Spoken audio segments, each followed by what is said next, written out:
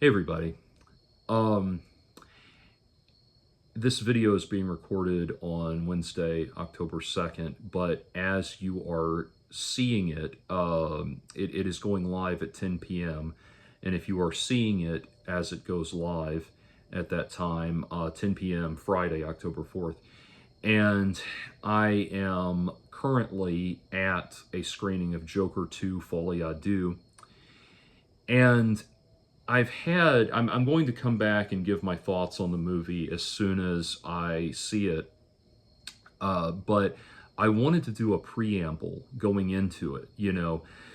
I have deliberately shut down looking into this movie. I've wanted to go in, I've watched the previews, but beyond that, I've wanted to go into it as cold and as fresh as possible. I've ignored every info dump and every bit of leaked information that's come out. I've done everything in my power to go into it as cold and raw as possible.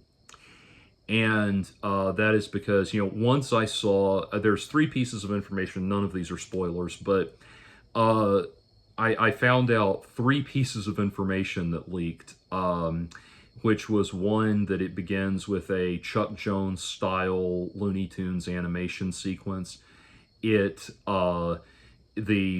fundamental premise of the movie is that Arthur is now on trial facing the death penalty for 5 murders, and that the film features these fantasy cutaway sequences where Arthur and where the Joker and Harley Quinn perform as they perform as a homicidal Sonny and Cher in these cutaway fantasy sequences. So that's what I know. I also know Steve Coogan has a small part. I saw him in the trailer and said, "Aha!" But anyway, so I'm very excited for it. When I saw the Joker movie, the first Joker movie, but anyway, I went on lockdown after learning those three pieces of information, because all of that, I realized I don't want to know anything about this movie, anything at all. I want to go into it like totally experiencing it as much as possible for, on that visceral, raw, cold level that I went in to see the first one. But what's interesting to me, what I am aware of, is the reviews over this thing have been wildly divided. And that's what I wanted to comment on before I went into it. Because, I saw the first movie in the theater, and it wrecked me, man. Like, seriously wrecked me. Like, I was not ready for... Obviously, my mental health issues are not even in the same universe of what Arthur Fleck experiences, but I was not ready for such an accurate and deep-seated and detailed portrayal of what mental health problems are like and what they look like. And Joaquin Phoenix deserved that Oscar 100%, and Todd Phillips did an amazing job as a director for portraying the inner world of somebody who is dealing with these problems, and portraying it so accurately and so deeply, getting inside of it and everything was mind-blowing. And I was not in a good place mentally, spiritually, emotionally at the time that I saw it. And weirdly enough, that really heightened my appreciation for it, even though watching it felt like torture. I understand a lot of the people who have said of that first movie that it has just the bare minimum amount of Batman stuff so that Todd Phillips could focus on this this character study that was what he really, this mental health character study that he really wanted to make. And I get that. I even, after I saw it in the theater months later when it became available on streaming, I watched it again with somebody who, after we watched it on TV, and after the movie finished, the person said, "So what made you think that was the Joker from Batman?" That kind of thing. Like, literally, the references to Batman, the Batman universe, go by so quickly. Even the Bruce Wayne thing is almost blink and you miss it. So, in all of that, I've been very excited about this movie that's going to dig even deeper into this world. And I will, by now, me and a friend are going to go see this movie, and we're cosplaying Joker and Harley. And I may put up some pictures of that, definitely my own makeup. But we'll be cosplaying Joker and Harley for this movie, and I almost never do cosplay. That's how excited I am about this. So I've been looking at some of the reviews, some of the spoiler-free reviews, though, that don't, just blurbs, the blurbs that show up on Twitter and stuff like that. And there has been such polarity about this. Like, the critics, the legacy media critics seem to hate this movie. And what I think is going on with that is, again, the first Joker movie was not woke. I mean, don't get me wrong, it spoke to very real social issues and societal ills that need to be addressed, but it lacked the sanctimony and the sanctimony and the emptiness and the draining of the draining of artistry that comes from from an infusion of wokeness into a movie. It lacked all of that, and so critics wanted it to fail. The activist critics wanted it to fail, and they were pushing the whole narrative at the time of, oh, someone's going to come shoot up the movie, someone's going to come shoot up the Joker movie, like what happened with Dark Knight Rises and all of that. And they pushed that and pushed it and pushed it, and of course it didn't happen. And so now they want to demonize it again, but they know that they can't, they know that's not going to happen. So they now they have to push a thing of like trying to tear it apart just at the level of a movie. And what's interesting is they seem to be approaching this in such a way that they're hoping people won't see it at all. Like, people are I saw one thing that said Joker is tracking to debut worse than Indiana Jones 5. And I'm just like, where the hell are you getting this? I'm reading all of these people that are, I'm just seeing all these people that are so excited for it. My friend and I that are going to see it, we bought our tickets early in a theater that was filling up very quickly. It was like, it was like one of those things where the screen refreshes while we're talking about it, and more seats have been filled and all of that stuff.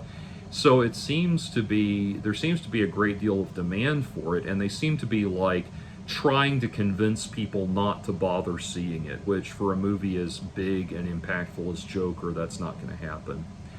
But what was interesting was I saw one review that said that Lady Gaga is criminally underused, and Harley Quinn, the whole character of Harley Quinn, is pushed off in the background immediately, and it's all focused on Joker, and she's almost completely forgotten about. I saw that, and then I saw another review saying this movie is 10% Joker and 90% a Lady Gaga music video, and it's all her and all that. It's like, these critics don't even agree on what's in this movie.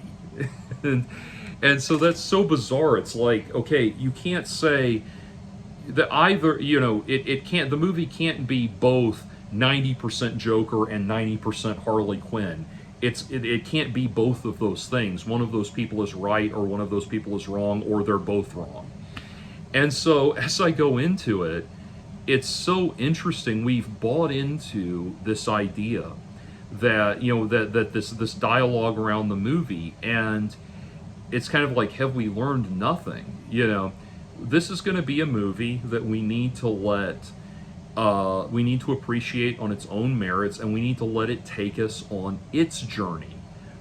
One of the things about this, people have so wanted, so wanted for answers to these questions. You know, there have been so many questions raised about the first Joker movie. People were saying that this is not the Joker that we see in this movie. This is some character that inspires the Joker, or this is a mentally ill man that's fantasizing about being the Joker, or that kind of thing. There's been things like that. It's we don't know how much of the first movie actually happened, and Arthur is very much the ultimate unreliable narrator. And so I'll tell you the thing I'm worried about already. I'm seeing the videos that say ending explained and all of that. And I'm going to go into YouTube lockdown for the next day or so until I'm not going to look at anything on YouTube, because I don't want to risk I don't want to risk ruining anything. It's kind of like, spoiler alert for Better Call Saul, but you know, when Better Call Saul, the final episode of Better Call Saul was about to come out, I had ordered the whole series on Netflix or iTunes or one of them, but I had ordered the whole series, and the streaming service I was using didn't get it as quickly as the other streaming services that got it. And so consequently, I logged on, it was YouTube. I logged on to YouTube to watch episode 13 of the final season, and there's these videos that pop up that say, ending explained, Saul confesses. And it's like, fuck. You know, I don't want to see anything like that with Joker. I want to go into this movie on its terms and seeing its story and nothing else. And that's what this movie deserves. We deserve to look at it raw and evaluate it as evaluated on its own terms.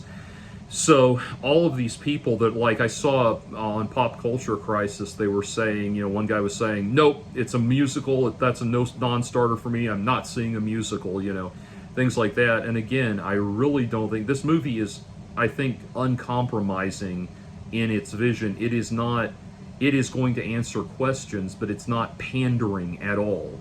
You know, you think about it like the Marvel movies, look at Deadpool and Wolverine. That movie, the movie, I've not seen it, but the premise of the movie is essentially fan service for this pairing that people have wanted since Deadpool emerged into prominence. They've wanted Deadpool and Wolverine to get to, you know, work together in this way and that kind of thing. I don't think this is going to be fan service at all.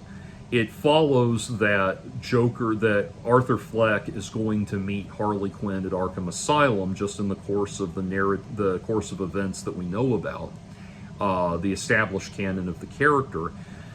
But beyond that, this movie is going to be uncompromising in doing what it wants to do, and I really feel like that's going to be a referendum on how we as audiences watch movies now. We don't watch movies to enjoy them in and of themselves. We watch movies to debate about whose side got the most representation. Was it woke or anti-woke? Was it pro-incel or did it own the incels? All of that kind of thing. We worry about those things rather than watching the movie, and understandably so, because those movies nowadays very often hit us over the head with where they stand on those things. This movie deserves to be seen for what it is in and of itself, and I am so excited. I do believe I'm going to enjoy it.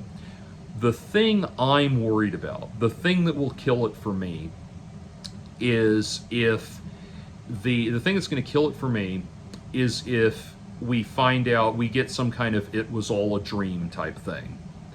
That's one of the things in the videos I have not watched. I've seen things with headlines like Joker 2 ending leaks, fans are outraged, that kind of thing. Again, it's kind of like, a lot of these are clickbaity titles. It's kind of like, you know, I like Brian Tyler Cohen's coverage, ongoing detailed coverage of the de-evolution or the devolving of the Donald Trump campaign and everything, but he puts up these clickbaity titles where it's like, Trump suffers massive mental breakdown in the middle of a speech, and you know, and then we get to the clip that he's talking about, and all it is that Trump ended a sentence on a preposition or something. But anyway, So so I avoid these clickbaity titles, but again, the thing I'm worried about, the thing that will ruin it for me, is if I'm left with this is all a dream. In the trailer, we see a scene where Arthur Fleck is being led down the hallway, and then Lady Gaga, the Harley Quinn character, sees him and does the point the gun at her head thing.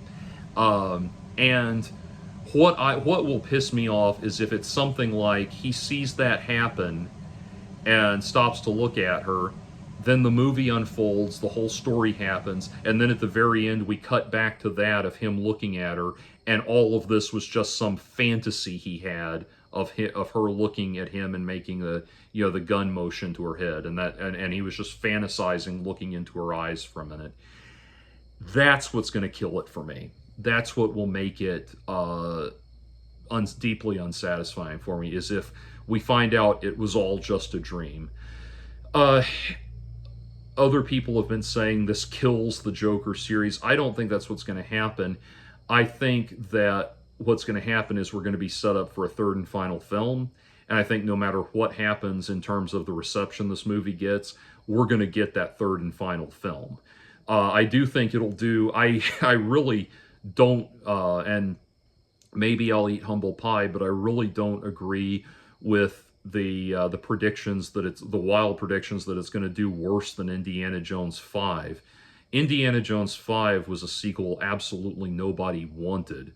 Joker 2 is a sequel to what had until recently been the most financially successful R-rated movie of all time. And it's a sequel that fans have been clamoring for 5 years now. So I really don't think that we're going to see something. We're going to leave. We're going to see poor box office returns on this. So I think it is going to be a transitional film. I think a third and final film is inevitable. What I do think, though, is I was thinking about this, like, maybe the third and final film is the Joker ascending to his throne, so to speak, as the crown prince of crime, and he finally faces off against Batman, and where in these films we've seen a very realistic concept of the Joker, we are now going to see a a very realistic concept of what Batman could be, what a real-life Batman could be, rather than the wildly fantasized comic book concepts of Batman. We might see something like that. We might see a young Bruce Wayne finally taking up arms against the Joker and that sort of thing. So we could see something like that in the third movie, but I really don't think this is going to kill it. I really don't think this is going to be the end of it. Again, just pontificating here, maybe we end with something where it looks like Arthur Fleck dies, but not really, or something like that. But whatever the case, I do think we'll get the third and final movie. And my thing is, where I'm going with that, is one thing that I heard people say after the first movie was, like the person I watched it with said, that it never feels like, in the first movie, it never feels like he really and truly becomes the Joker.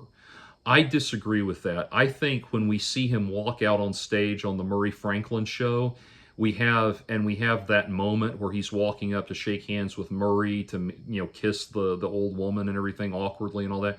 When he's walking up at that moment, I think at that moment he is the Joker, and we are not. He's fully become the Joker in his mind at that point, even if he doesn't realize the full extent of what that means. And that's why that is, the first time I saw it, it was so, again, viscerally haunting. It was so eerie and creepy when he walked out on that stage, because they don't know what it is they're reacting to. They really don't. They don't know what they think they're reacting to some doofus that's a clown, local clown performer and everything. But they don't realize the evil and the kind of the Ubermensch that has emerged before them and everything. And so I feel like in that way he does become the Joker. But what I think, the thing is, I don't think it's ever truly going to feel like Arthur Fleck has actually become the Joker, because the Joker is supposed to be a character that we get to know prior to the that's initially has no backstory. The Joker within the canon of DC Comics, and this is established in The Killing Joke, is that the Joker within the canon of The Killing Joke, or established by The Killing Joke and carried forward in the canon of Batman lore, is that he has no memory of life before, of how he became the Joker, or really how what his life was like before he was the Joker. You know, in Batman the Killing Joke, he says, if I'm going to have a backstory, I want it to be multiple choice, that kind of thing. And that's reflected in the Chris Nolan Dark Knight movies, where the Joker gives different accounts of his backstory and his origins and everything. And so what we're seeing with Arthur Fleck, if we are indeed seeing a definitive concretization of what the Joker is and how he came about, if we are indeed seeing that, because we're seeing it from his point of view, I don't think it's ever going to fully feel like he's really the character that we associate with being the Joker. Because we're not getting to know that character first. We're getting to know Arthur Fleck first and seeing it slowly emerge. So anyway, those are my thoughts going into it. Like I said, if you're watching this at 10 p.m. On Friday night, I have now been enjoying the movie for 21 minutes and 37 seconds. Hopefully there were some good trailers, and hopefully I'm enjoying the whole thing overall, and I'll be back shortly to let you know what I actually thought about it.